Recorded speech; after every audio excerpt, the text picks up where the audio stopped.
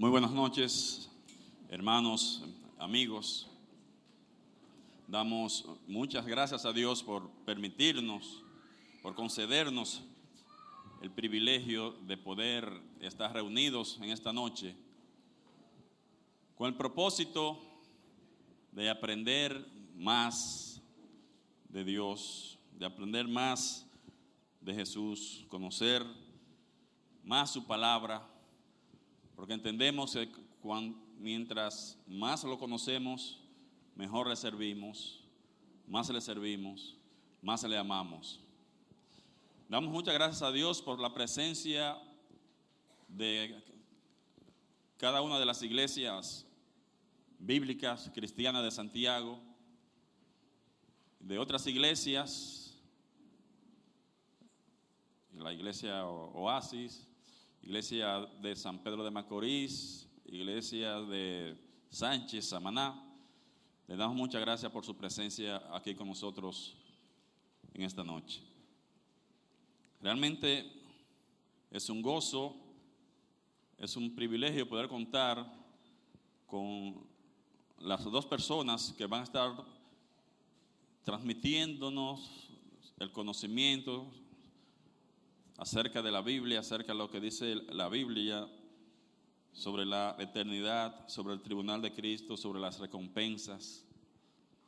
Son dos personas ampliamente conocidas en nuestras iglesias, y aunque hoy los dos están fuera del país, pero se mantiene el mismo amor, se mantiene el mismo contacto, el mismo calor humano.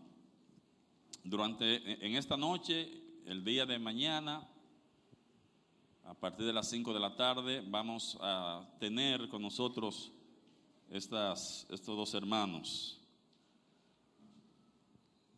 Quiero invitarlos a los ponerse de pie a los invitados, para que los que no lo conozcan los puedan identificar. Okay. Muy bien. Lorenzo Ford ha sido un misionero que ha trabajado mucho tiempo con nosotros en nuestras iglesias, en las iglesias bíblicas cristianas de Santiago, y no solamente de Santiago, sino del norte, del este, del sur.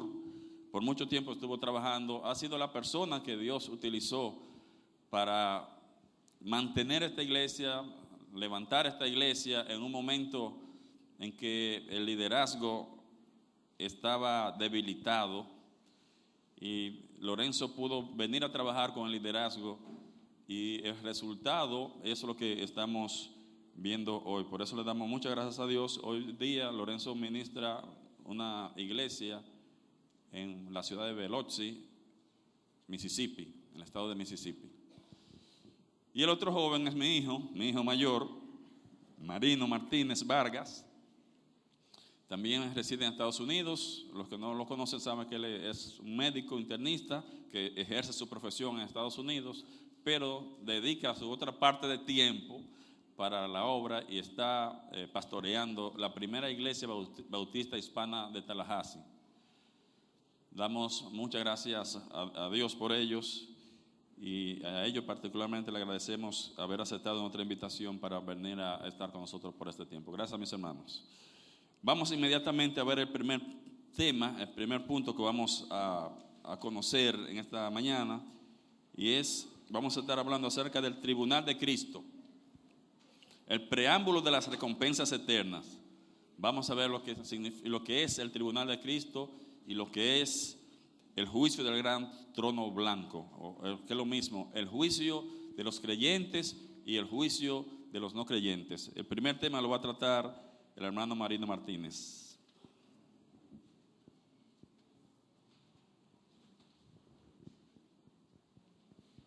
Buenas noches, iglesia, Dios les bendiga. Es un gozo y es un placer estar aquí con todos ustedes para compartir la palabra de nuestro Dios.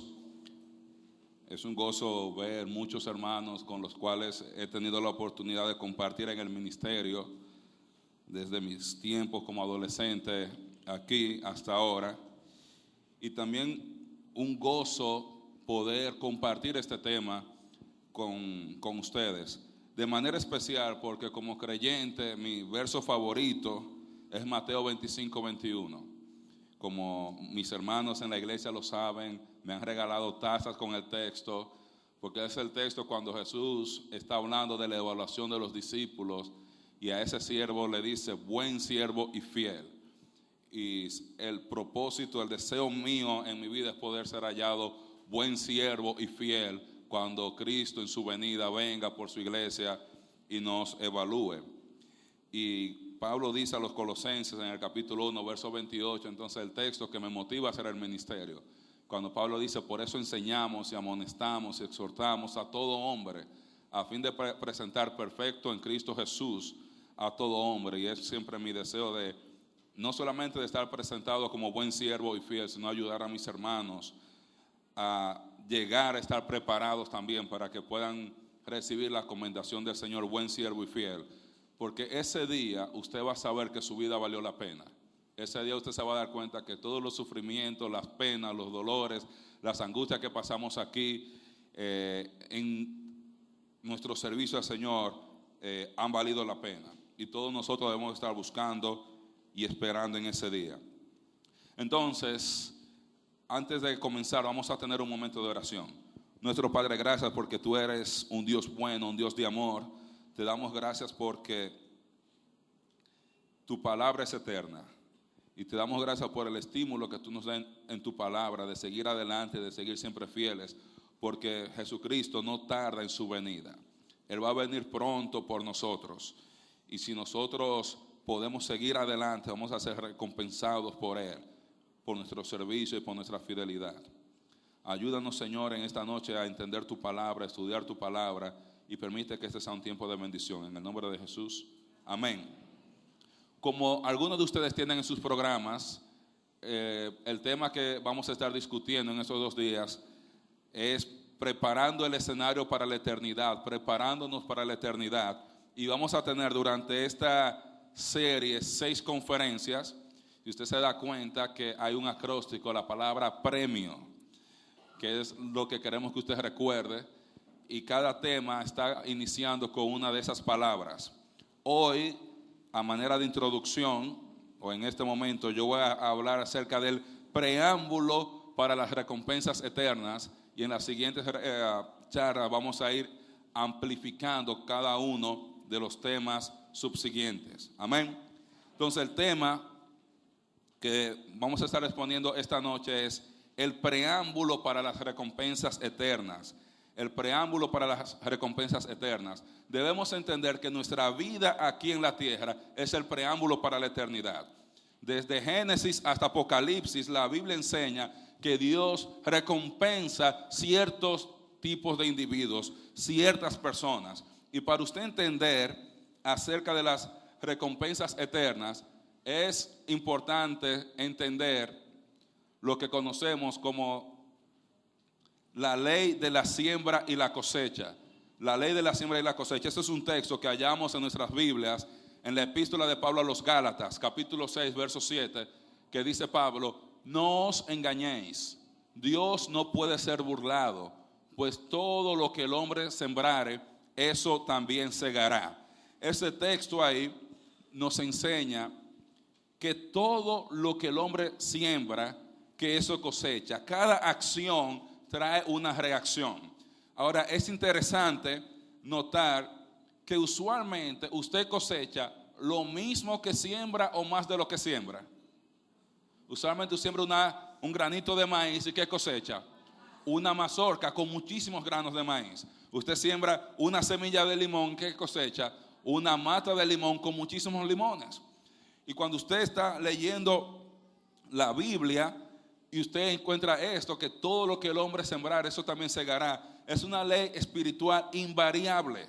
Dios ha establecido eso como una de esas leyes espirituales que no cambian. Todo lo que usted siembre, todo lo que usted haga, usted va a cosechar de acuerdo a eso, ya sea bueno, ya sea malo. Ahora, inmediatamente cuando vemos esto nos lleva a preguntarnos, ¿cuándo sembramos? ¿Cuándo cosechamos? Son 2 preguntas automáticas que vienen. ¿Cuándo yo siembro y cuándo yo cosecho? Porque yo quiero prepararme para sembrar y cosechar bien. Bueno, la Biblia dice en Hebreos capítulo 9, verso 27, y de la manera que está establecido para los hombres que mueran, ¿cuántas veces? Una sola vez. Y luego de esto, el juicio. Entonces, cuando el autor de Hebreos dice que está establecido que los hombres mueran una sola vez, él está diciendo que los hombres van a vivir ¿cuántas veces? Una sola vez. Usted va a vivir una sola vez. Y luego de eso viene el juicio. Entonces, cuando hablamos de vivir una sola vez y luego de esto el juicio, usted está hablando de que tiene una oportunidad para sembrar. Su vida aquí en la tierra es el tiempo de siembra. Y luego viene ¿qué? El juicio. ¿Y el juicio es qué? El juicio es el tiempo de cosechar.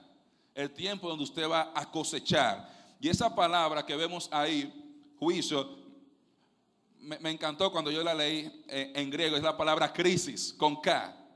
Y suena a crisis. Ahora, esa palabra juicio, ¿qué significa?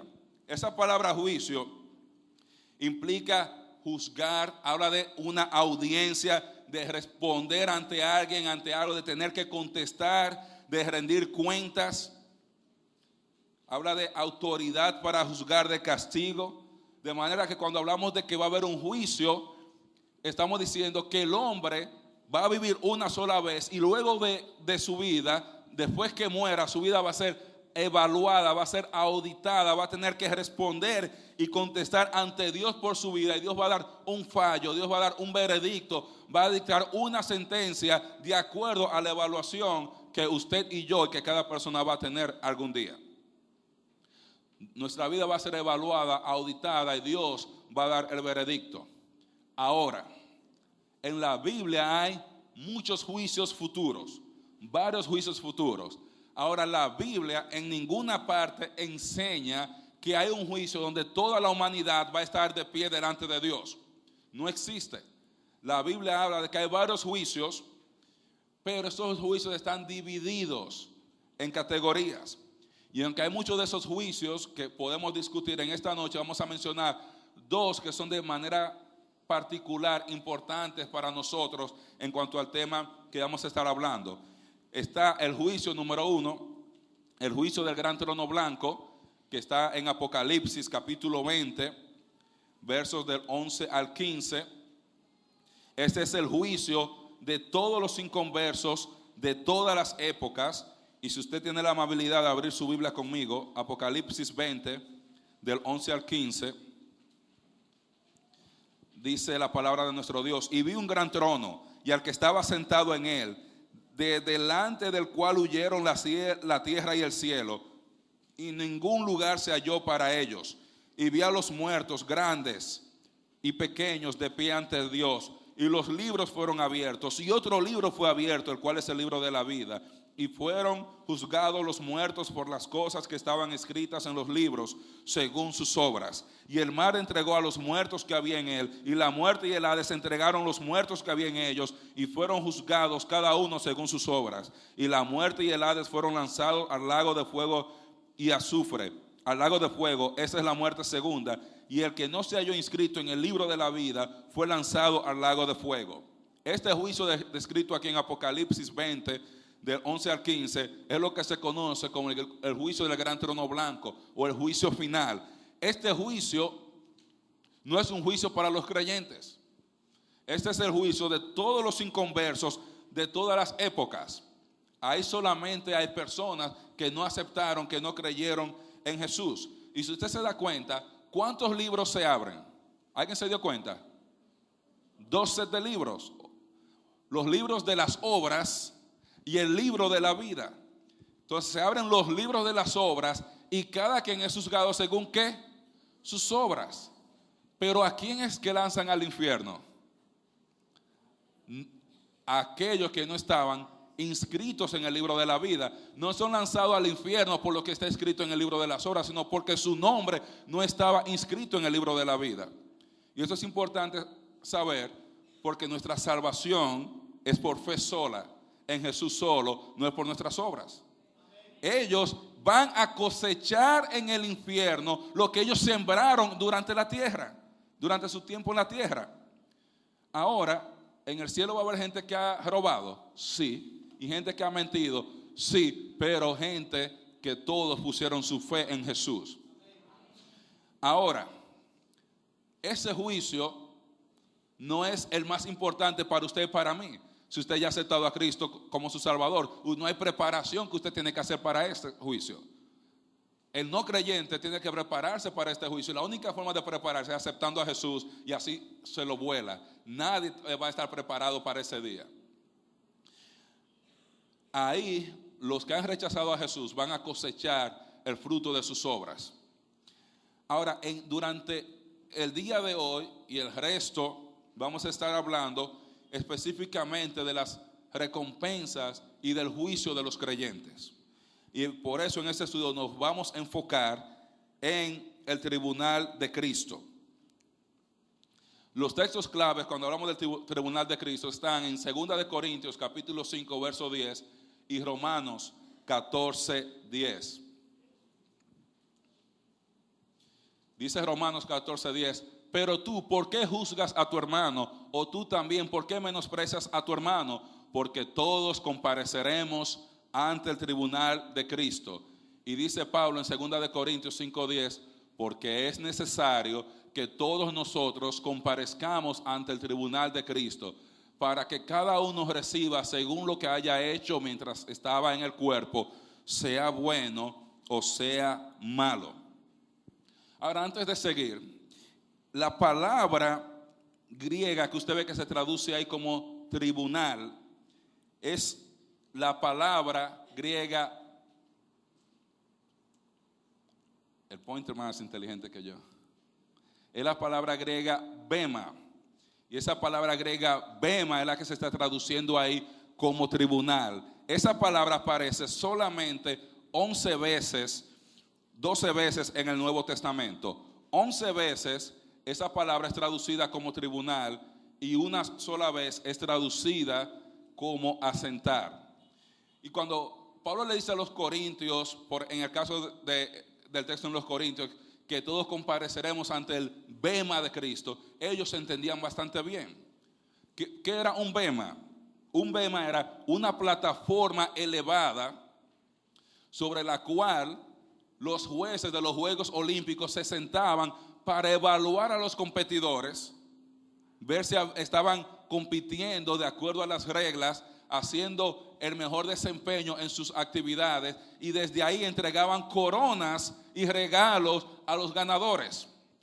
Este bema también era el lugar donde se dictaban sentencias. Cuando a los ganadores de los Juegos Olímpicos llegaban y lo hacían bien, desde ahí se le daban guirnaldas, trofeos, coronas, había beneficios sociales. Si usted ganaba en los Juegos Olímpicos, le hacían una fiesta, su familia no pagaba impuestos, etcétera, etcétera, etcétera. Ahora también era una plataforma oficial donde se decidían asuntos legales, ya sean civiles o militares. Desde ahí se ponían los líderes del pueblo, los jueces del pueblo, ellos escuchaban los casos y desde ahí dictaban sentencia. Eso lo vemos como Pablo fue llevado al bema de Galión. Ahora, si usted se pone a pensar, ¿y cómo se usa esa palabra bema en el Nuevo Testamento para usted entender el concepto de lo que estamos hablando en esta noche? Bueno, de las 11 veces que se traduce como tribunal, ahí ustedes tienen en sus diapositivas que tienen en sus manos el uso de la palabra. Por ejemplo, en Mateo 27:19 dice, y sentado él en el tribunal, su mujer le mandó a decir, no tengas nada que ver con este justo, porque hoy he padecido mucho en sueños por causa de él. Estaba hablando de Pilato. Dice que estando Pilato sentado ¿en qué? En su bema, en su tribunal. En Juan 9:13 dice, entonces Pilato, oyendo esto, llevó a Jesús afuera y se sentó con él en el bema, llamado el enlosado. Cuando usted va en Hechos, por ejemplo, Hechos 12:21, dice, y un día señalado Herodes, vestido de ropas reales, se sentó en el bema, en el tribunal, y les arengó. Cuando usted va en Hechos 18, dice, Entonces los griegos, apoderándose de Sóstenes, principal de la sinagoga, le golpeaban delante del bema, pero a Galión nada se le daba de ello. Y si usted sigue viendo, está hablando de bema como un tribunal donde se están dictando sentencias, se están tomando decisiones legales con respecto a algo. Por eso cuando hablamos del tribunal de Cristo, vamos a hablar de un lugar donde Jesús va a estar tomando decisiones con respecto a aquellos que se presenten delante de Él. Ahora, es importante notar que bema en Romanos 14:10, así como en 2 de Corintios 5:10, se usa de manera diferente a como está usada en los textos anteriores. Por ejemplo, esas son las únicas veces en que no se refieren a eventos anteriores. Si usted se da cuenta, todas las otras veces que se habla de bema o de tribunal, se está hablando de algo que ya había pasado. Son las únicas veces que esa palabra aparece en las epístolas. Las únicas veces. Y es la única vez que se usa esa palabra y se pone a Dios como juez. Es la única vez que se usa esa palabra y se pone a Dios como juez. De manera que el tribunal de Cristo es esa plataforma, ese juicio en el cual Jesús se va a sentar en su silla de juicio y va a evaluar a los creyentes que van a estar presentados delante de Él. Ahora, para entender mejor, vamos a abrir nuestras Biblias en 2 de Corintios, capítulo 5, y vamos a estar estudiando del verso 5, del verso 1 hasta el verso 11. 2 de Corintios, capítulo 5, del 1 al 11. Dice la palabra de Dios: porque sabemos que si nuestra morada terrestre, este tabernáculo, se deshiciere, tenemos de Dios un edificio, una casa no hecha de manos, eterna en los cielos. Y por esto también gemimos, deseando ser revestidos de aquella nuestra habitación celestial, pues así seremos hallados vestidos y no desnudos. Porque asimismo los que estamos en este tabernáculo gemimos con angustia, porque no quisiéramos ser desnudados, sino revestidos, para que lo mortal sea absorbido por la vida. Mas el que nos hizo esto, para esto mismo fue Dios, que nos ha dado las arras del Espíritu. Así que vivimos confiados siempre y sabiendo que entre tanto estamos en el cuerpo, estamos ausentes del Señor, porque por fe andamos, no por vista. Pero confiamos y más quisiéramos estar ausentes del cuerpo y presentes al Señor. Por tanto, procuramos también, o ausentes o presentes, serle agradable, porque es necesario que todos nosotros comparezcamos ante el tribunal de Cristo, para que cada uno reciba según lo que haya hecho mientras estaba en el cuerpo, sea bueno o sea malo. Conociendo pues el temor del Señor, persuadimos a los hombres, pero a Dios le es manifiesto lo que somos, y espero que también lo sea a vuestras conciencias. Amén. Y vamos a estar enfocándonos en este pasaje de manera especial en el verso 10. Y cuando leemos esto, obviamente viene la primera pregunta, que es: ¿quién va a ser juzgado en el tribunal de Cristo?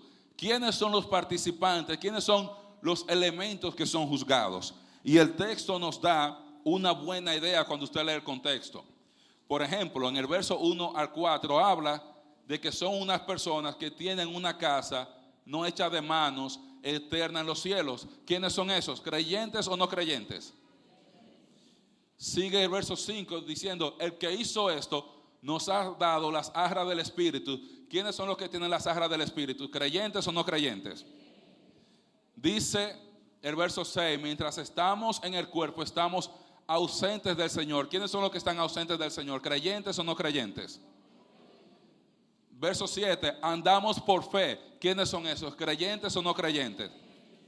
Verso 8: al morir en el cuerpo físico estaremos presentes en el Señor. ¿Quiénes son esos? ¿Creyentes o no creyentes?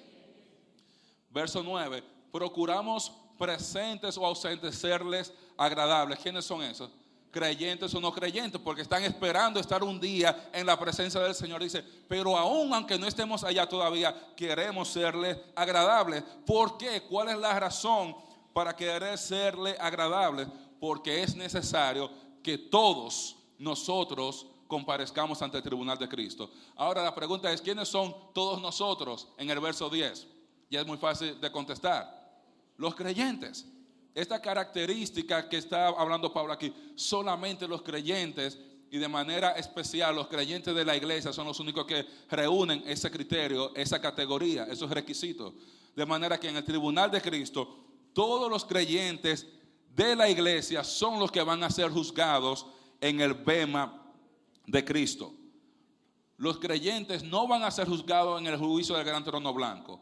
Los inconversos no van a ser juzgados en el tribunal de Cristo. Y eso es importante entenderlo, porque cuando estamos leyendo nuestras Biblias, estos pasajes que hablan de estar dando cuenta a Dios en el tribunal de Cristo y recibiendo una evaluación ya sea positiva o negativa, no están hablando de salvación o irse al infierno, no están hablando de vida eterna o irse al infierno, están hablando de si estuvimos agradables o no, o en nuestra evaluación que vamos a tener en el tribunal de Cristo. Ahora, cuando usted escucha eso, entonces los creyentes vamos a ser juzgados. Sí, los creyentes vamos a ser juzgados. Aunque hemos sido regenerados, hemos sido salvados, no quiere decir que nunca vamos a dar cuenta a Dios. Mucha gente dice, ¿y si yo soy salvo y yo puedo pecar y no pido mi salvación? Sí, y no me va a pasar nada. No, le va a pasar algo. Va a haber una reacción porque el que siembra cosecha. Ahora vienen a nosotros versos como cuando usted va a Juan 5:24. De cierto os digo, el que oye mi palabra y cree el que me envió, tiene vida eterna y no vendrá a condenación, mas ha pasado de muerte a vida. Entonces, óyeme, dice que yo tengo vida eterna ahora, que en el futuro no voy a tener condenación y que ya yo he pasado, o sea, tiempo presente, pasado y futuro, de muerte a vida. Bueno, ahí no está hablando de estar juzgado de acuerdo a sus obras. Juan está hablando de vida eterna. Está hablando, en cuanto a nuestra vida eterna, nosotros no vamos a ser juzgados. No hay juicio para el creyente para determinar si tú eres salvo o no, si tú vas a tener vida eterna o no. Cuando usted vaya al tribunal de Cristo, ya su vida eterna fue determinada antes. Es para determinar sus obras. Igual que cuando dice el autor de Hebreos, y nunca más me acordaré de sus pecados y transgresiones. No está hablando ahí de que nunca vamos a dar cuenta a Dios de nuestras acciones. Está hablando una vez más en el contexto de vida eterna. Dios no va a usar nuestros pecados como algo en contra de nosotros para no tener vida eterna, para estar en el cielo. Ahora, nuestras obras son las que van a ser juzgadas en el tribunal de Cristo, no para decidir si usted va al cielo o no, para decidir su nivel de recompensa. Usted va a ser recompensado de acuerdo a lo que usted haya hecho en el cuerpo, dice el texto, sea bueno o sea malo. Ahora, cuando usted ve eso, usted necesita entender, como yo he mencionado antes, el juicio de los creyentes ocurre, si pudiéramos decirlo así, en 3 etapas. El juicio como pecador ocurrió en el pasado en la cruz, ya ese juicio está resuelto. El juicio como hijo es el juicio de Dios que recibimos en el presente. Cuando usted y yo pecamos, que Dios nos disciplina por nuestros pecados. Dios nos disciplina, ¿no se sabía eso? Que Dios todavía nos disciplina cuando nosotros pecamos. Y el juicio del tribunal de Cristo, no vamos a ser juzgados como pecadores, porque ya eso fue resuelto en la cruz. No vamos a ser juzgados por nuestros pecados aquí, porque vamos a tener cuerpos transformados. Vamos a tener ese cuerpo renovados, o sea, y no vamos a pecar, o sea, no vamos a tener juicio como hijos, pero ahí vamos a ser juzgados como ¿qué? Como administradores. ¿Qué tan fiel fuimos? ¿Qué tan fieles fuimos como administradores de los encargos que Dios nos dio? De manera que el bema de Cristo no es para determinar su salvación, no es para determinar su vida eterna, es para determinar ¿qué? Sus recompensas eternas. Para eso es el tribunal de Cristo. Dios va a coger cada creyente, va a venir delante de Cristo y Él va a decidir qué le toca a cada uno. Ya vimos que todos nosotros somos los creyentes. En el verso 10, todos nosotros somos los creyentes de la iglesia que vamos a presentarnos. Ahora viene la siguiente palabra, dice, comparezcamos. Ahora esa palabra, cuando usted la lee en castellano, Usted entiende, comparecer, ¿qué significa?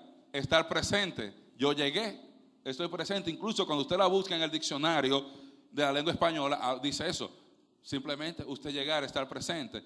Pero esa palabra en griego es la palabra faneró. Esa palabra aparece 49 veces en el Nuevo Testamento. Solamente una vez es traducida como comparecer en 2 de Corintios 5:10. Las otras veces es traducida como manifestaba, manifestado, manifestada, manifiesta, manifieste, apareció, manifiéstate, demostrado, comparezcamos. Una vez presentó, aparezca. O sea, de manera que cuando el texto dice, porque es necesario que todos comparezcamos ante el tribunal de Cristo, no está hablando de que todos nosotros simplemente vamos a hacer acto de presencia allá. Algo más va a pasar. Si usted ve cómo se usa en otros textos, por ejemplo,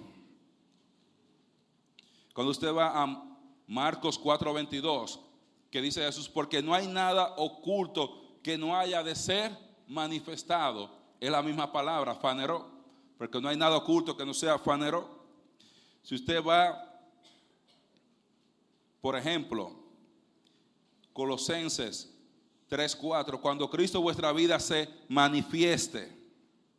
Si usted va en el Evangelio de Juan, dice, este principio de señal hizo Jesús en Caná de Galilea y manifestó su gloria. Cuando usted va en Juan 3:21, más el que practica la verdad viene a la luz para que sea manifiesto sus obras. O sea, si usted se da cuenta, la manera que esa palabra se está usando en el Nuevo Testamento, no está hablando de meramente aparecer, no de meramente comparecer y estar de pie, está hablando de ser manifestado, de estar siendo revelado. Pedro, la manera que esta palabra está traducida en Pedro, y cuando aparezca, cuando sea visible el príncipe de los pastores, cuando ya le veamos, entonces, ¿qué queremos decir con esto?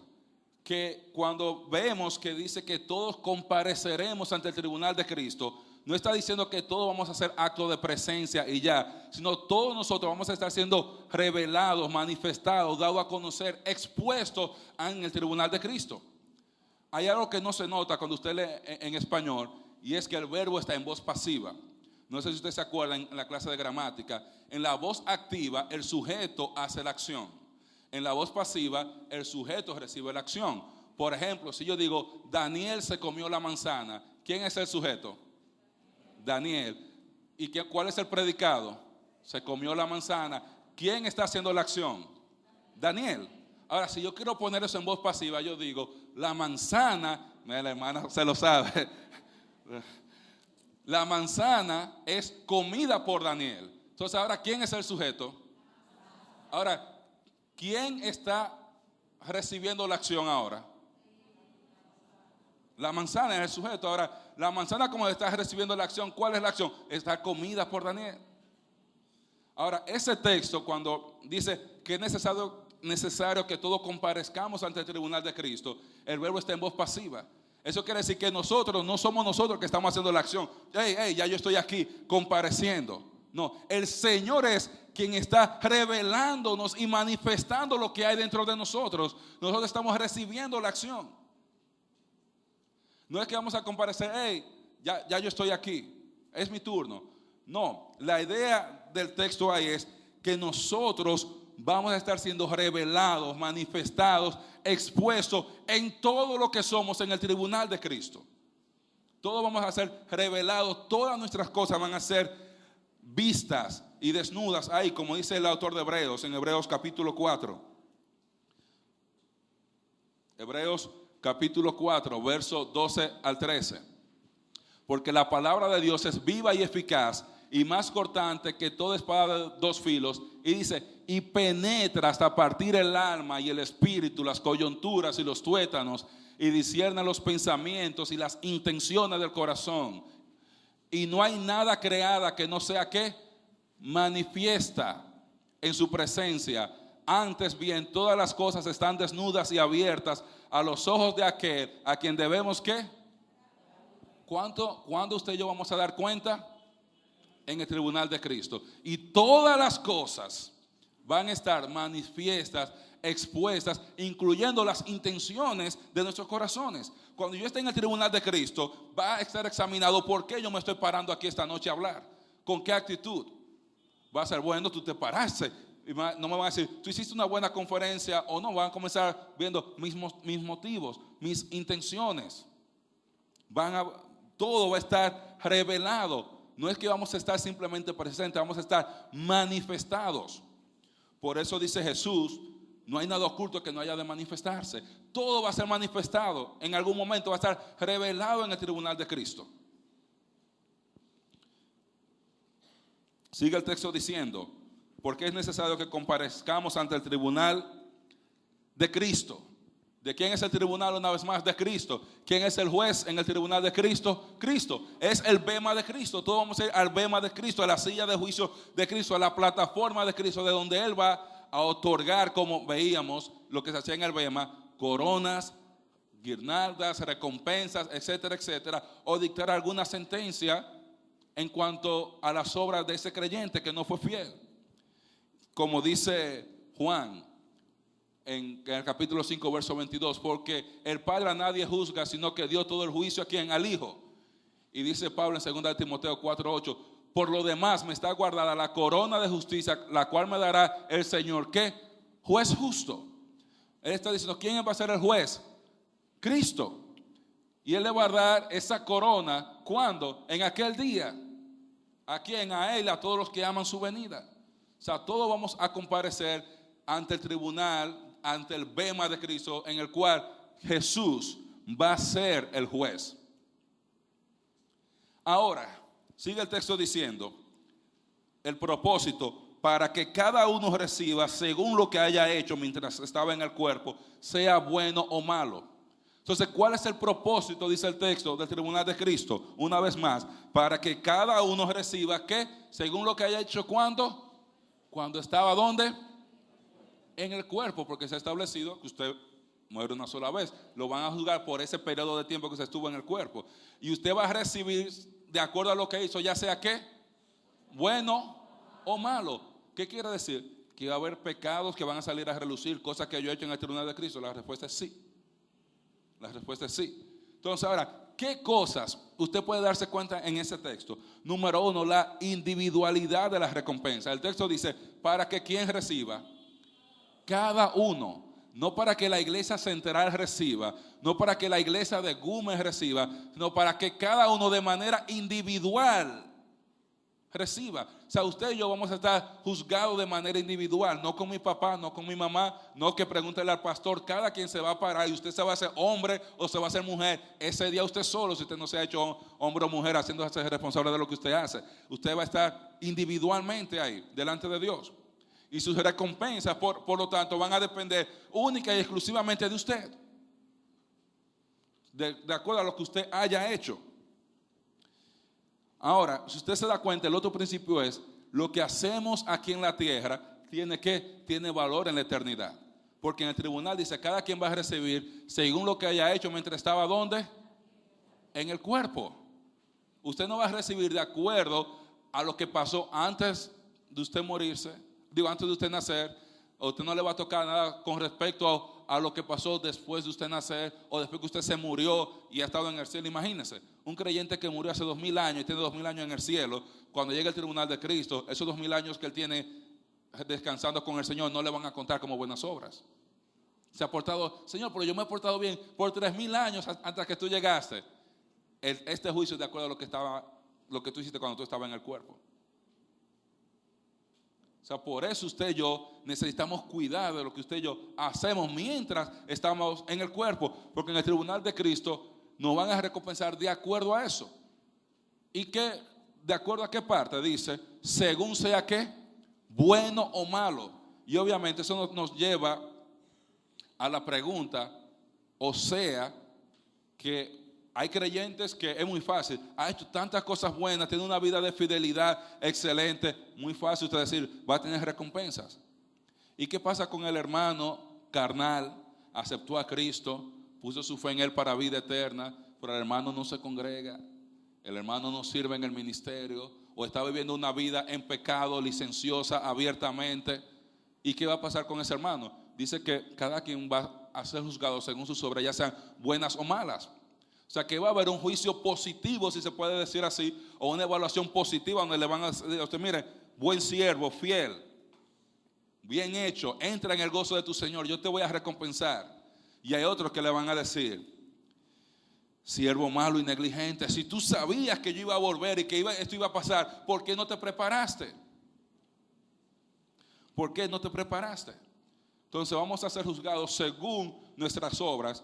Y el hermano Lorenzo va a estar hablando acerca de la fidelidad, de la evaluación positiva. Y más adelante, luego yo voy a hacer el bad cop, hablando de la evaluación negativa.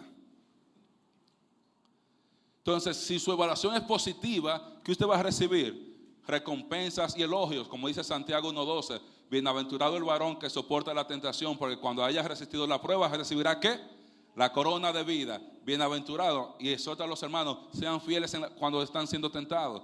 Mateo 25:1. Y su siervo le dijo, bien, buen siervo y fiel. Sobre lo poco has sido fiel, sobre lo mucho te pondré, entra en el gozo de tu Señor. En Romanos 8:17, si somos hijos, también herederos de Dios y coherederos con Cristo, si es que padecemos juntamente con Él, para que con Él seamos glorificados. Segunda de Timoteo 2, del 11 al 13. Y si sufrimos también reinaremos con Él.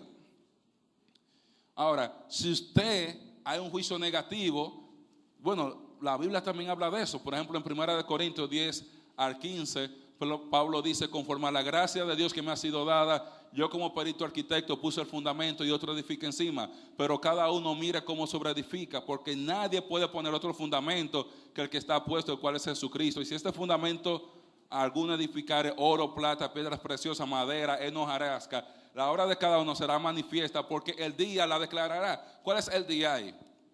El bema de Cristo. Es el día de Jesucristo. Va a declarar lo que usted dice, si era oro, heno, madera, hojarasca, si fue algo precioso de valor, o si usted lo edificó su vida con paja. Pero dice, si la obra de uno se queda y sobreedifica, bien, permanece, va a recibir recompensa.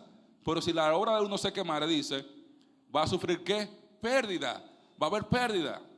¿Pérdida de qué? De recompensa. No es pérdida de salvación. Y el texto dice, va a ser salvo así como por fuego de chepa, como el que se salva cuando la casa se quema y sale con la ropa puesta, que es lo único que le queda. Cuando Pablo habla en 1 Corintios 9:24, no sabéis que todos en el estadio están corriendo, pero ¿cuánta gente se llevan el premio? Uno. Ahora dice, corran de tal manera que lo obtengan, porque si corren de otra manera, ¿qué va a pasar? No lo van a obtener. Está hablando también de que es de pérdida. Juan, en 2 de Juan capítulo 1 verso 8 dice, miren por ustedes para que no perdáis el fruto de vuestro trabajo, sino que reciban ¿qué? El galardón completo. Juan está preocupado, no quiere que pierdan recompensas por sus obras, por su vida cristiana. Si usted va en 1 Juan 2:28, dice Juan, y ahora hijitos, permanecer en Él para que cuando Él se manifieste tengamos ¿qué? Confianza, permanezcan. Y cuando Él venga vamos a tener ¿qué? Confianza. Pero si no permanecemos, dice, nos vamos a alejar de Él avergonzados, porque vamos a tener vergüenza cuando Él nos revele y nos demos cuenta del tipo de vida cristiana que vivimos mientras subimos aquí en la tierra. No porque vamos a perder nuestra salvación, porque usted no la va a perder. Y miren mis hermanos, usted sabe por qué usted y yo pecamos. Una de las razones por las que usted y yo pecamos, porque nuestro cuerpo está habituado al pecado. ¿Y qué pasa? Hemos perdido la sensibilidad al pecado. Y ya usted dice, ¿qué tanto es tantito? Una no es ninguna. Una vez al año no hace daño. Una vez al mes hasta bien se ve. De México, hermana. Tengo muchos mexicanos en mi iglesia allá. Me están discipulando en mexicano. Entonces, ¿qué pasa? Cuando usted y yo estemos delante de Cristo, usted sabe qué va a pasar. Usted y yo vamos a tener un cuerpo transformado, semejante al de Cristo, la mente de Cristo. Y esas cosas que nos hacen gracia no nos van a hacer gracia más allá. Todos nuestros pecados, y usted se va a dar cuenta de lo horroroso, de lo feo, de lo horrible que es el pecado. Y cuando usted se dé cuenta de eso, ahí usted va a aprender lo grande y hermoso de la gracia de Dios. Que aún con todo ese pecado, Dios les regaló vida eterna gratuitamente en Cristo. y quizá cantaremos ahí sublime gracia del Señor, que a un infeliz salvó, como dice el himno. Y brevemente, antes de pasar al hermano Lorenzo, acerca del tiempo, ¿cuándo va a pasar? El momento del tribunal de Cristo es inmediatamente después del rapto de la iglesia. No es cuando usted se muere, después del rapto de la iglesia. Si usted se da cuenta, Pablo en 2 de Timoteo 4:8 lo relaciona con la venida del Señor. Él dice, por lo demás me está guardada la corona de justicia, la cual me dará el Señor juez justo. ¿Cuándo? En aquel día. Pablo en 1 de Corintios lo relaciona también con la venida del Señor. No juzguéis nada antes de tiempo, ¿hasta qué?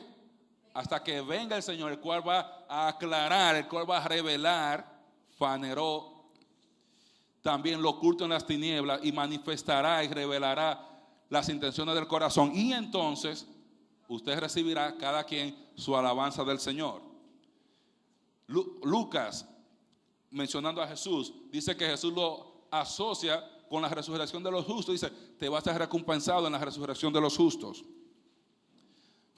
Pedro, en su primera epístola, capítulo 5, verso 4, dice, y cuando aparezca el príncipe de los pastores, entonces ustedes van a recibir la corona de gloria. O sea, en la Biblia, y terminando con Juan en Apocalipsis, dice, he aquí yo vengo pronto y mi galardón conmigo para recompensar a cada uno según sus obras. O sea, todos vamos a comparecer ante el tribunal de Cristo. Todos los creyentes de la iglesia vamos a estar siendo revelados delante de Cristo, no para determinar nuestra salvación, sino para determinar nuestro nivel de recompensas. Los cristianos fieles van a ser recompensados y los cristianos que no hayan sido fieles van a perder recompensas y galardones en ese día.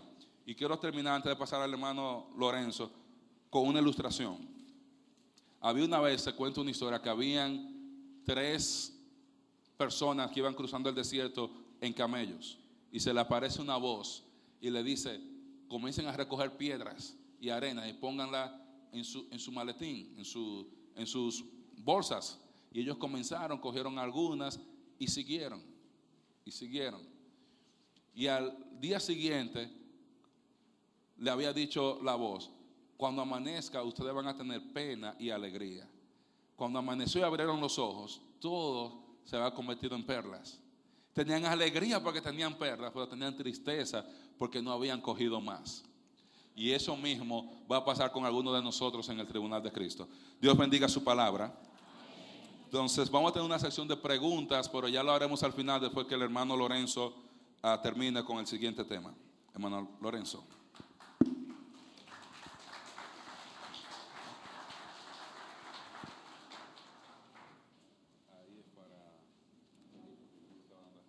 Ok, es para seguir. Siguiente.